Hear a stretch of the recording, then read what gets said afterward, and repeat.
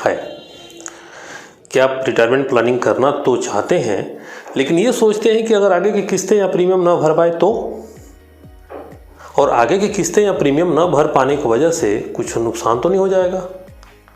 क्या आपको ऐसा लगता है कि भविष्य में किस्तें या प्रीमियम ना भर पाने की वजह से कोई बहुत बड़ी समस्या हो जाती है?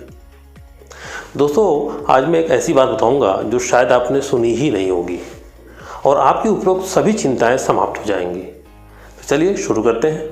नमस्कार दोस्तों, मेरा नाम संजय वर्णवाल है और मैं एक इंश्योरेंस एडवाइज़र हूँ और मैंने पिछले 6 वर्षों में अनेकों परिवार को वित्तीय रूप से सुरक्षित किया है और मैं प्रत्येक रविवार को एक नए वीडियो के साथ आपके सामने उपस्थित होता हूँ। लोगों को हमेशा प्रीमियम नहीं भर सके तो क्या होगा, आगे इस बात का डर लगा रहता है। यदि मैं भविष्य में प्रीमियम ना भर पाया तो, ऐसा सोचकर हम कभी पैसे बचा ही नहीं सकते। हकीकत में यह डर भविष्य को असुरक्षा की ओर ले जाता है। आज हम इसी बात पर चर्चा करेंगे, वीडियो अंत तक जरूर देखिएगा। लोगों को हमेशा प्रीमियम ना भर सके तो क्या होगा, इस बात का डर लगा रहता है। इंसान आगे की सिक्योरिटी के बारे में सोच कर ही भविष्य की अनसिक्योरिटी में जीता है। हम खुद ही अपने पाँव पे कुल्हाड़ी मारते हैं। यदि मैं अपने भविष्य में प्रीमियम नहीं भर सका तो, भविष्य में नहीं बचा सका तो क्या होगा, ऐसा सोचकर कभी पैसे नहीं बचा सकते। हकीकत में यही डर भविष्य को असुरक्षा की ओर ले जाता है। दोस्तों, कई बार हद से ज़्यादा सुरक्षा की भावना से हमारी असुरक्षा बढ़ती है। क्रिकेट में जब कोई प्लेयर ज़्यादा डिफेंसिव हो जाता है तो उसके आउट होने के चांसेस ज़्यादा हो जाते हैं, आपको ही पता है। यदि हम प्रीमियम ना भर सकते, ऐसे विचार से यदि प्रीमियम नहीं भरा तो भविष्य में हमारे पास रुपए कहाँ से आएंगे। अगर हम ये सोचें कि हम भविष्य में प्रीमियम नहीं भर पाएंगे तो क्या होगा, और ये सोच के अगर हम आज प्लानिंग नहीं लेते हैं और भविष्य में पैसे की जरूरत पड़ेगी तो पैसे कहाँ से आएंगे। यदि भविष्य में रुपए की जरूरत पड़ेगी तो भविष्य में प्रीमियम भर सकेंगे या नहीं, उसके बारे में सोचे बिना आज से ही रुपयों की बचत शुरू करनी पड़ेगी। आज हम जिस पार्टी का प्रीमियम निश्चित करते हैं वह उसकी वर्तमान स्थिति के अनुसार होती है। मतलब आज जो प्रीमियम कैलकुलेट होगा वो पार्टी के आज के वित्तीय स्थिति के अनुसार होगा। भविष्य में जैसे जैसे खर्चे बढ़ेंगे वैसे वैसे कमाई बढ़ेगी। आज जो प्रीमियम आपको डिक्लेयर किया जाएगा, जो कैलकुलेशन होगी, आज से 10 साल बाद वो प्रीमियम आपको छोटा लगेगा, 20 साल बाद और छोटा लगेगा। प्रीमियम नहीं बढ़ना है, प्रीमियम वही होना है। तो भविष्य में तो आपकी प्रीमियम छोटी होती जाएगी। शायद उस वक्त तो आपको दूसरी पॉलिसी लेने के बारे में भी सोचना पड़े। आपकी जिम्मेदारियां बढ़ गई तो आपकी पॉलिसीज भी बढ़ानी पड़ेगी, बचत भी बढ़ानी पड़ेगी, और तो और आप में पैसे बचाने की अच्छी आदत बनेगी। यह बात बहुत ही लाभदायी होगी। आमदनी बढ़ने के साथ साथ हर महीने प्रीमियम भी बढ़ना चाहिए, जबकि हकीकत यह है कि प्रीमियम उतना ही रहता है, वो नहीं बढ़ता, लेकिन आमदनी बढ़ती। फिर भी बीमा धारक को डर लगता है कि भविष्य में प्रीमियम नहीं भर सके तो क्या होगा।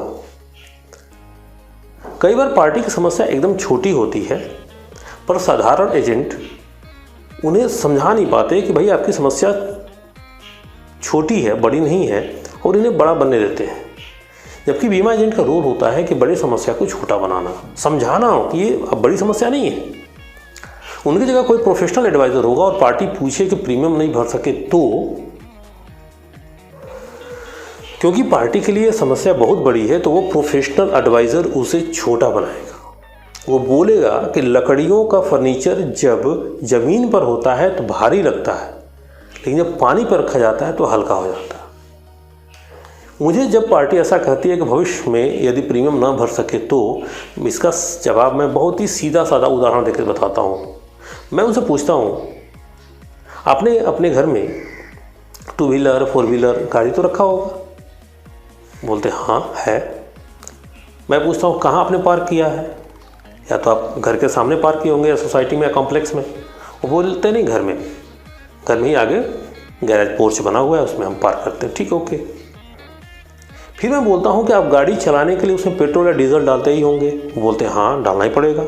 फिर मैं पूछता हूँ कि पेट्रोल या डीजल खत्म होने पर आपने यदि दोबारा पेट्रोल नहीं डलवाया, डीजल नहीं डलवाया और आपको इमरजेंसी में उसकी ज़रूरत पड़ गई, तब आप क्या करेंगे?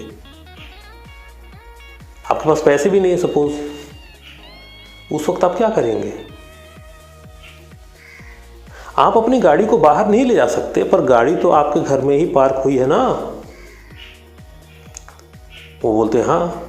मैं बोलता हूँ आज पैसे नहीं है, ध्यान सुनिएगा दोस्तों, आज पैसे नहीं हैं, पेट्रोल या डीजल नहीं डलवा पा रहे हैं, तो गाड़ी तो खड़ी ही है, गाड़ी तो हमारी ही है। जब पैसे होंगे तब पेट्रोल और डीजल डलवा लेंगे, गाड़ी चल पड़ेगी। उम्मीद है आपको मैं समझा पा रहा हूँ। गाड़ी हमने खरीद ली है, अभी कुछ दिनों बाद हमारे पास पेट्रोल डीजल पैसे नहीं है, पैसे की दिक्कत आ गई, तो हम तेल नहीं भरवा पा रहे हैं, गाड़ी डीजल या पेट्रोल नहीं डलवा पा रहे हैं, तो गाड़ी तो हमारे पास ही है, वो तो कहीं नहीं जा रही है, वो तो हमारी संपत्ति है। कल को जब पैसे आएंगे उसमें हम पेट्रोल या डीजल डालेंगे गाड़ी में, गाड़ी चल पड़ेगी। बस कुछ ऐसा ही बीमा पॉलिसी का भी है दोस्तों। जब तक आप प्रीमियम नामक पेट्रोल डीजल डालते रहेंगे तब तक पॉलिसी का रिस्क कवर नामक गाड़ी चलती रहेगी। प्रीमियम भर दिया, फिर रिस्क कवर चालू, प्रीमियम बंद, रिस्क कवर बंद, पर पॉलिसी नाम की गाड़ी आपके पास ही रहेगी। फिर जब गाड़ी में पेट्रोल या डीजल डालने के पैसे आ जाएं, मतलब प्रीमियम भरने के पैसे आ जाएं, तब आप उस प्रीमियम को भरेंगे, गाड़ी बाहर गैरेज से बाहर निकलेगी, गाड़ी निकल पड़ेगी, प्रीमियम आपका पॉलिसी आपका रिस्क कवर चालू हो जाएगा।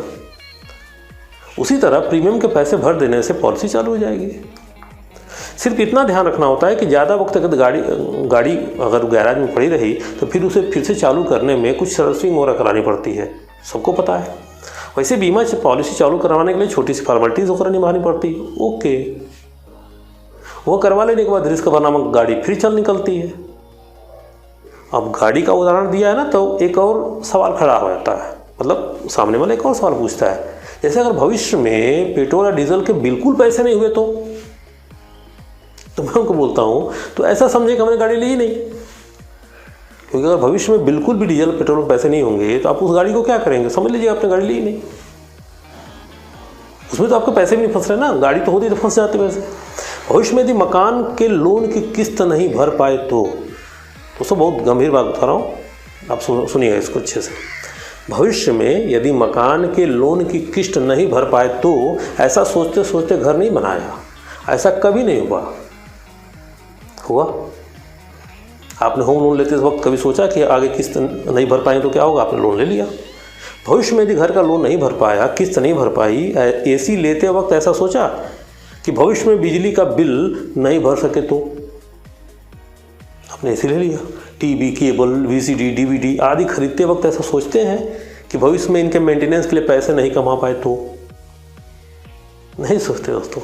कोई भी लोन लेते वक्त ये नहीं सोचता कि भविष्य में इसकी किस्त नहीं भर पाए तो, क्योंकि तुरंत की आवश्यकता होती है, उसको देखते हुए लोग तुरंत लोन ले लेते हैं। दोस्तों जब हम ये सब संभाल सकते हैं तो प्रीमियम भी संभाल सकते हैं। बस एक दृढ़ संकल्प की जरूरत है। जैसे हम दूसरी जिम्मेदारियां उठाते हैं उसी तरह अपने भविष्य के दायित्वों के लिए भी प्रीमियम भरने की जिम्मेदारी भी उठा लेंगे। जरूरत है बस उस चीज़ को समझने की, उसकी प्रायोरिटी समझने की, उसके लाभ और हानि के बारे में सोचने की।